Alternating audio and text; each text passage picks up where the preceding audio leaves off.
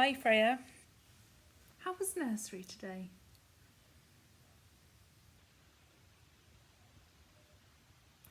And did you have any friends there? Okay, are you ready for tonight's story?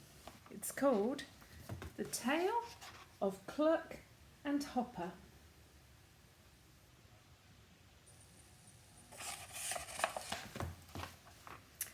There's that dog again, said Cluck the hen, and she ran away at top speed. All the other hens scuttled away too. Tinker the dog was a tease. He loved chasing the hens and seeing them scamper off in fright. So there's Tucker and there's Cluck.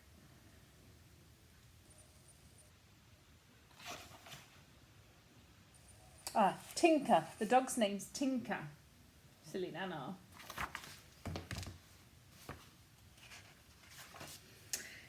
He chased them now, first into one corner of the farmyard and then into another.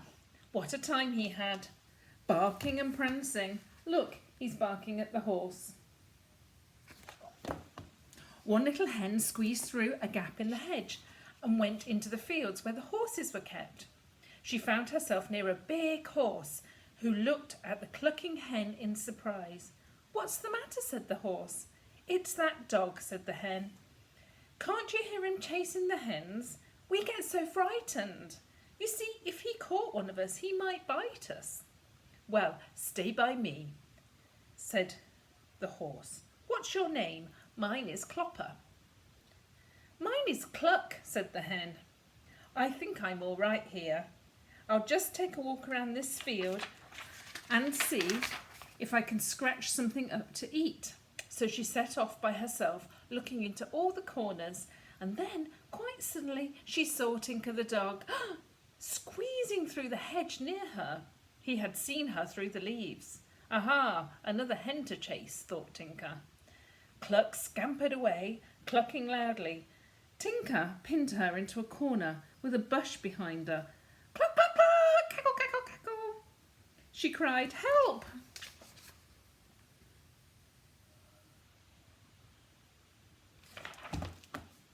Clopper the horse looked up and saw what was happening. He cantered over at once and neighed. Then he said, "Hoof," just like that, and Tinker stopped prancing about and looked astonished.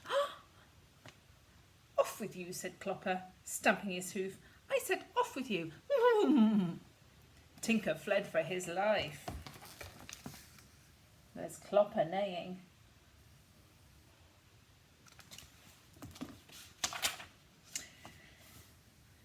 Tinker was yelping as he ran away. What an enormous animal a horse is, when it stands right over you. Tinker didn't like it at all. "Thank you, Clopper." "Thank you very much," clucked Clucker gracefully and gratefully. "One of these perhaps I can do you a good turn and help you, Clopper." Clopper gave a loud neighing laugh. "What, a little thing like you help a big thing like me? Nonsense. You're not so important as all that, little hen. You could never be any use to me." "Well, one good turn deserves another," said Cluck. "I would dearly like to help you, Clocker." There's the dog fleeing away. There's Tinker running for his life.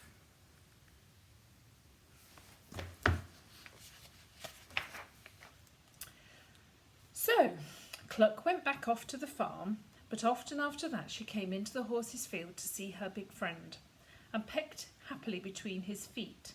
Clopper didn't mind. The little hen amused him. She asked him all kinds of questions. "Why do you have such big feet with no claws or toes? Why do you have a mane of hair? And dear me, Clopper, why is your tail cut so short? All the other horses have long tails that swish to and fro." "Mine's docked," said Clopper.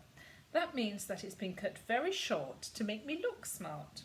I'm the only horse with a docked tail. Don't you think I look smart?" So there's the hen, Cluck, asking the horse about his tail. And there's the horse with his short tail. Clopper's docked tail.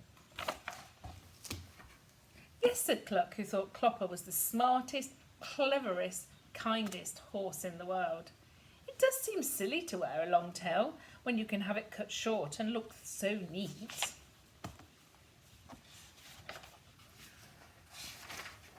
But when the hot summer days came, Cluck changed her mind about tails. There were flies everywhere that month, and oh, what a nuisance they were to the horses and cows. They flew down to them in clouds and walked about all over the big creatures and often bit them. The cows swung their long tails to and fro and beat them off. The horses swished their hairy tails, flicking off dozens of flies at a time. How glad they were to have long tails then. But Clopper couldn't swish away the flies because his tail was too short. He had to stand in the field and feel them running all over him and often biting him. He couldn't bear it. He scampered here and he scampered there, trying to shake the flies off his back.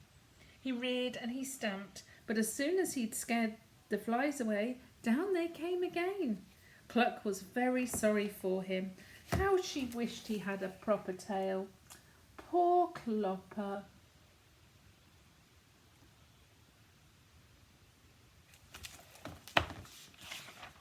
One morning she went to him. Clopper, I've thought of a way I can help you.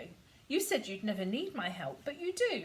Listen, will you please lie down on the grass and let me show you what I can do? Clopper lay down in surprise. The flies flew down to him as soon as he was still. Then little Cluck hopped up onto his back. Keep still, Clopper, keep it still. She clucked. I'm going to peck up and eat every fly I see. Keep still. Can you see Cluck cleaning the flies up from Clopper's back? Cluck could help after all.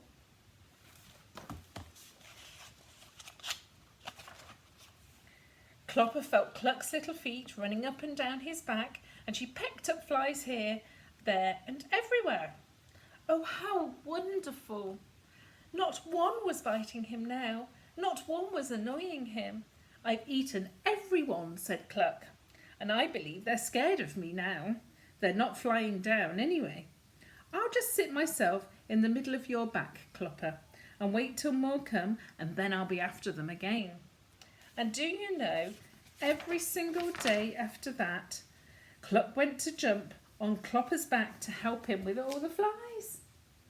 Oh, isn't that nice? Clucker can help Clopper after all.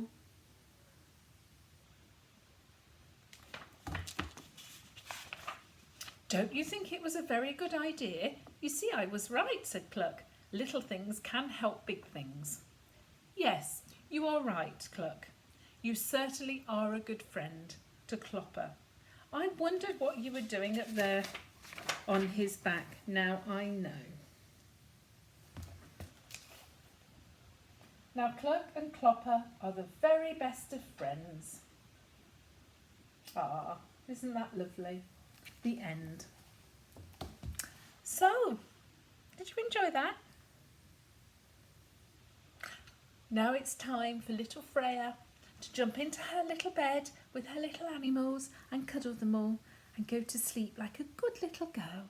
Snuggle down in front of the covers and dream of lots of happy things and little farmyard animals.